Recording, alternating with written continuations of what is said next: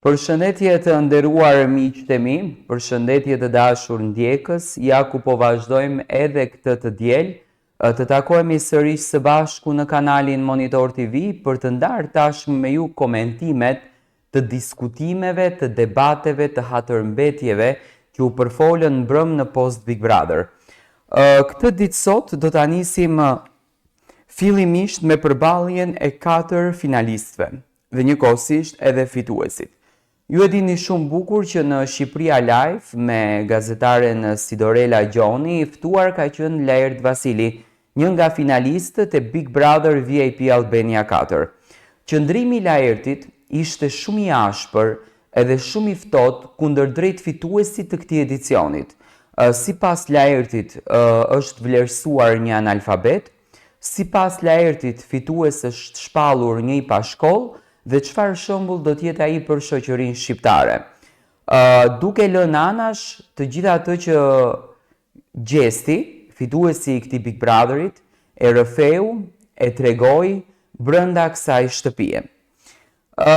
Natën e mbrëmshme, përballja ishte mes të katërve, por konkretisht mes Laertit edhe Gjestit, me patjetër që Gjesti e ka ndjekur intervistën dhe i kishte ngel hatri në fjalët që ka fol Laerti, sepse sipas Gjestit, Laerti duheshte të jetë i lumtur edhe duheshte me kënaqësinë më të madhe në mënyrë të padiskutueshme ta pranon fituesin, sepse Gjesti e ka merituar, ka bërë lojë, ndërsa arsyetimi i parë i Laertit, që në fakt më tërhoqi vëmendjen, e dëgjova me detaje, ishte që erdhi një djalë dhe na prishi gjumin krejt shtëpisë. Tani në Big Brother e kam thënë disa herë, po më duhet të ripërsëritem përsëri. Ka patur një thënie, konkretisht te këndi Lori Kafes, ka patur një thënie, flej i fundit edhe zgjohu i pari, që do me thënë, gjëja më e pa preferuar në shtëpinë e Big Brotherit është gjumi. Shumica e banorëve të cilët nuk kishin një strategji, të cilët nuk kishin krijuar një skalet nga jashtë, konkretisht se çfarë do të bëjnë në këtë shtëpi, arsyetimin e parë kishin Gjesti, po na prish gjumin. Ka qenë arsyetim edhe nga Olsi, ka qenë arsyetim dhe nga Gert Fera, do të thënë arsyetim nga banorët të cilët kanë qenë brenda këtij formati.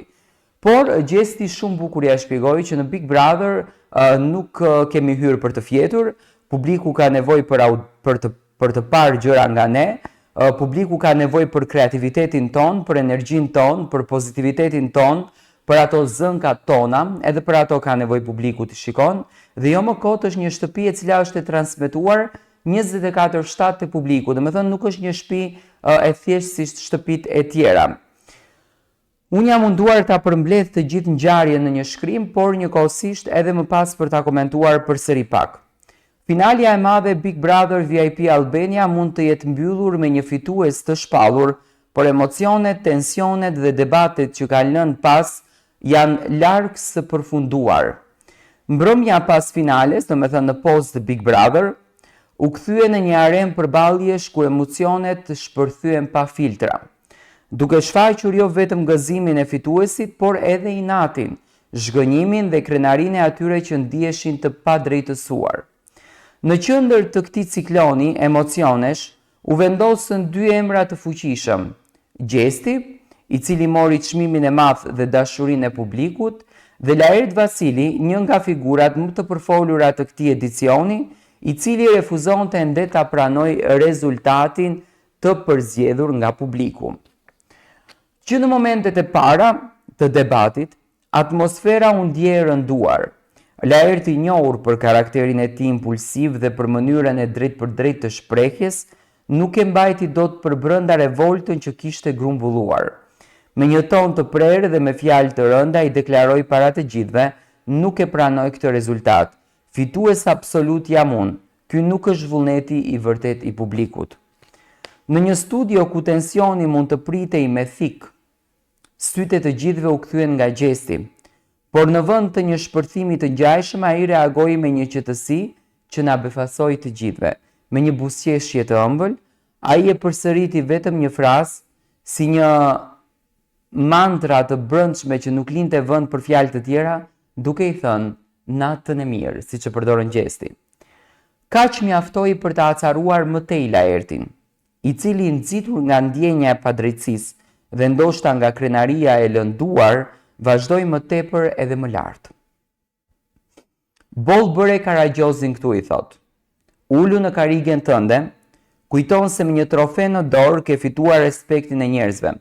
Pardje isha në Prishtinë. Të gjithë më thoshin, ne kemi përzën gjestin nga këtu dhe ju atje shpallët fitues. E shihni, nuk jeni vetëm në këtë lojë. Shumë kanë menduar ndryshe. Gjesti nuk e ndërpreu, nuk u mbrojt, nuk e ngriti zërin.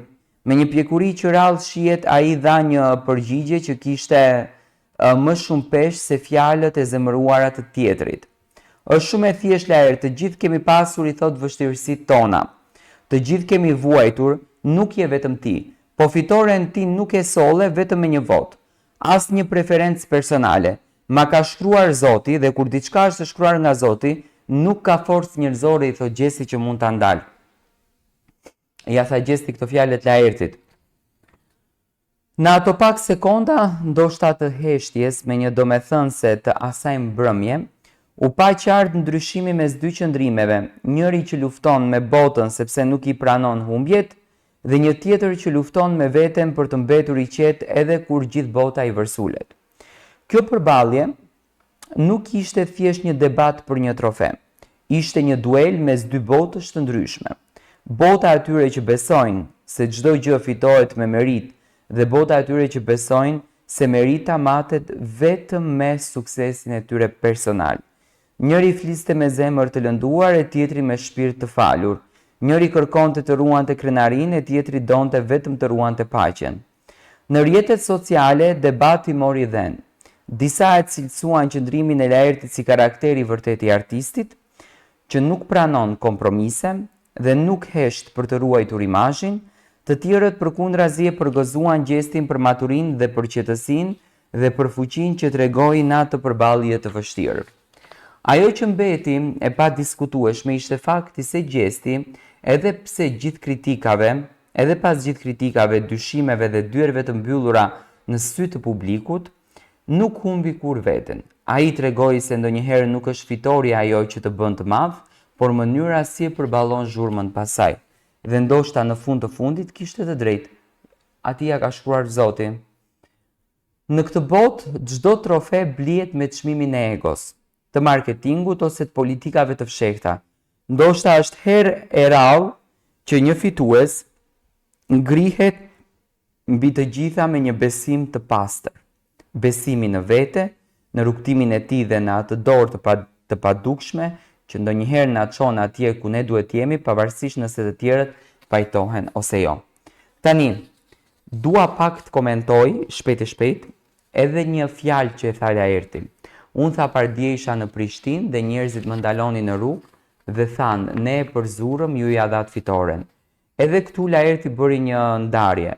Përkundrazi, shqiptarët e Kosovës nuk e kanë përzën Gjestin, po nga që u bë padrejtësia tek klani, shqiptarët u ngritën pesh dhe Gjesti hyri Big Brother VIP Albania. Se po të mos ishin ngritur pesh ato të Kosovës njerë, Gjesti nuk do të ishte pjesë e kësaj shtëpie.